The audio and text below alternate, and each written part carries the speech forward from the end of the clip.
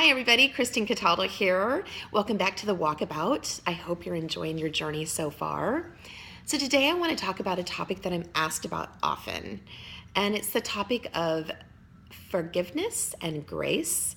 And I think because I tend to be happy, that people ask me that a lot is because they know, a lot of people know my story, that horrible story, my story of my past, and they know my journey, the journey that I've been on for the past few years. And they wonder how, with some of the things that I've gone through, how I continue to be happy. Well, first of all, it's not always easy. I'm not going to say it's easy because it's not all the time, but it has become a habit. At the beginning of my journey, I saw and I studied. I love to study people's interaction in social media and face-to-face too, but it's intriguing to me to watch people and how they react on social media. You know, so when someone's hurt, when they're angry, when they're sad, one of the first gut reactions is to lash out or to share that dirty laundry on Facebook or Instagram or any of the other social forums. Well, I come from a technology background. That's where my degree is in. And I know that once it's out there for good. You can't just erase it and take it back. So that was a motivating factor for me not to do that. And also, it just, in my spirit and my soul and my heart, that's not a place I wanted to sit, in an angry place, a sad place. I wanted to really be happy. I wanted to create a life that I'd be proud of for my children to see and for other people. I wanted to be an inspiration to other women that were in the space that I was in several years ago. So I didn't want to do that all angry. No one's going to look at me as someone that's inspiring if I'm angry all the time and lashing out at anyone that is struggling in their own life and their own journey and lashing out at me. So I decided I'm going to do this from beginning to end with grace, and that's what I've done. So you will never see me saying negative comments on Facebook, Instagram, any other social media. I refuse to do it. It's just, it doesn't serve me, and it's not what we're supposed to be doing. So I don't do that. And like I said, it's not always easy. But in those instances where maybe some unkind words were said to me or some actions were taken against me, instead of being angry, in giving that person grace and actually being kind back to them, that kill them with kindness, it has a lot of weight to it, and it's kind of satisfying because you're like, okay, I just did something really nice regardless of what they did. So that person or those people are no longer controlling me.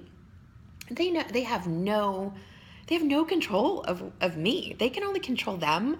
I can't control them. I can't control how nice or mean or sad or upset they're going to be, but I can control my reaction. I can control how I react to what's done to me. So that's kind of a really cool thing. And I was cleaning and doing some reorganizing, and I found some things that I've had in my life.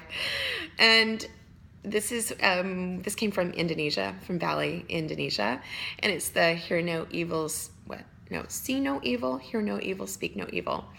And then I found this, and I love it. This was from my grandfather's. He had a bar, like a little bar out in their patio, and this sat on there with this little ashtray, and I put my favorite rocks in there.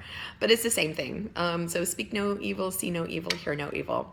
And really that's how I try. I'm not perfect. I'm a sinner just like everybody, but I try my darndest to live by this. I try to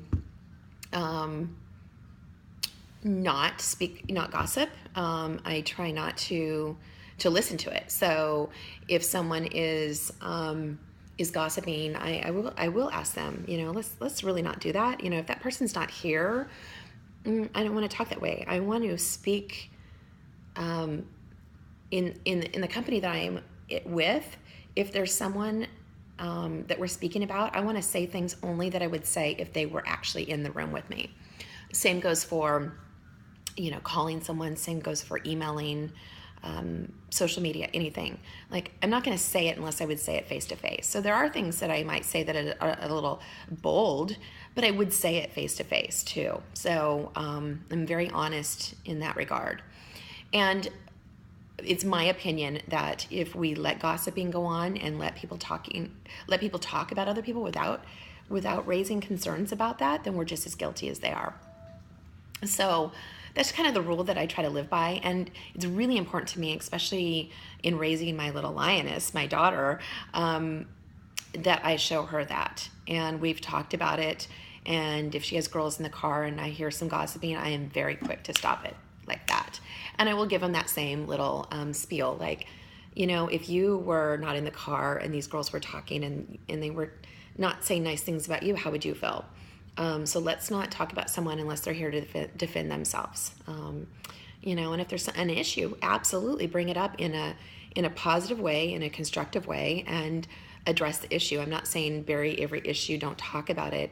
Definitely talk about it, but don't do it behind someone's back. It's just not kind, and it's just not what we're supposed to be doing.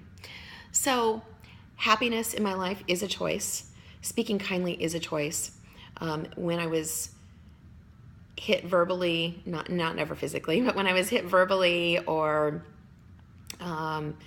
spoken behind my back, or maybe someone was jealous or didn't like what I was doing, or whatever it was, like, I rose again and I got stronger. So each time someone did something negative, I used it to empower me to get stronger, and made me a lot more determined to succeed and to really create a legacy, and be an inspiration for women and men, and especially my daughter and my son. So that's kind of my answer to those questions out there that have come to me.